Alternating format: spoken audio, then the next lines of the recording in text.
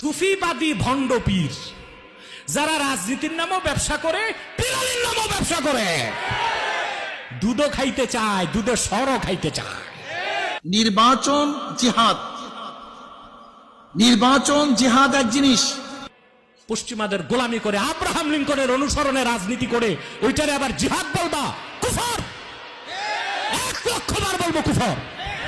আল্লাহর জমিন আল্লাহর হুকুমতকে কায়েম করার জন্য যে পদ্ধতি, পন্থা, প্রক্রিয়া, সেটা জিহাদ হবে না কেন? সেটা জিহাদ হবে না কেন? এই দেশে কিছু লোক ফতুয়া দিচ্ছে গণতান্ত্রিক ভাবে নির্বাচন হচ্ছে শ্রেষ্ঠ জিহাদ। গণতন্ত্র ভিত্তিতে নির্বাচন সর্বশ্রেষ্ঠ জিহাদ। গণতন্ত্র তো হারাম। হারামকে ওজরে হারাম জেনে করবেন, সমস্যা তেমন নাই, কিন্তু ওই হারামকে হালাল বললে ঈমান চলে যাবে, আর সেই হারামকে শ্রেষ্ঠ জিহাদ বললে ঈমান আর থাকে কই? শুধু বেঈমান না, তাগুতের খাতায় নাম উঠবে। এভাবে ভণ্ড পীরেরা বাংলাদেশের মানুষকে পাশ্চাত্যের দালাল বানায় গণতন্ত্রের গোলামি করাতে চায়। বাংলার মাটিতে তা হতে দেওয়া হবে না।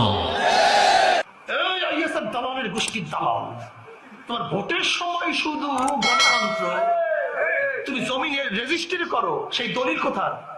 সে কোন দেশের? সেই দলিলের নিচে দিন লাগে গণপ্রজাতন্ত্রী বাংলাদেশ সরকার। সেই ইসলাম কিল্লা কিভাবে তুমি? দালালের বাচ্চা দালাল। আমার সামনে তো হুমকি দমকি দেয় না, কারণ এই বিচি টিচি আমি গণি না। বিচি বললো আবার রাগ করে, আর বিচি মানে বীজ। তুমি যদি টাকা ব্যবহার করো, সে টাকা দেখা কি?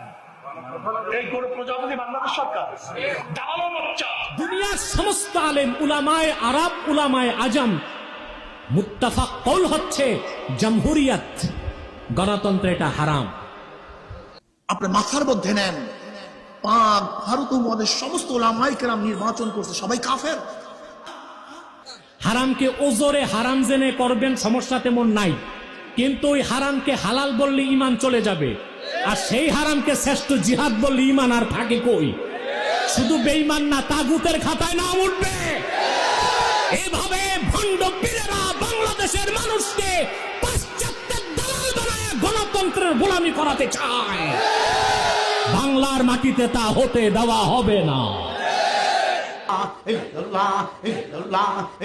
ইল্লাল্লাহ জিকির, এটা কোরআন শরীফের বিপক্ষে, হাদিস শরীফের বিপক্ষে। কোন সাহাবী এরকম জিকির করেন নাই, এবং ইজমা দ্বারা প্রমাণিত না। শুধু চিশতিয়া তরিকার কিছু পীর করেছেন।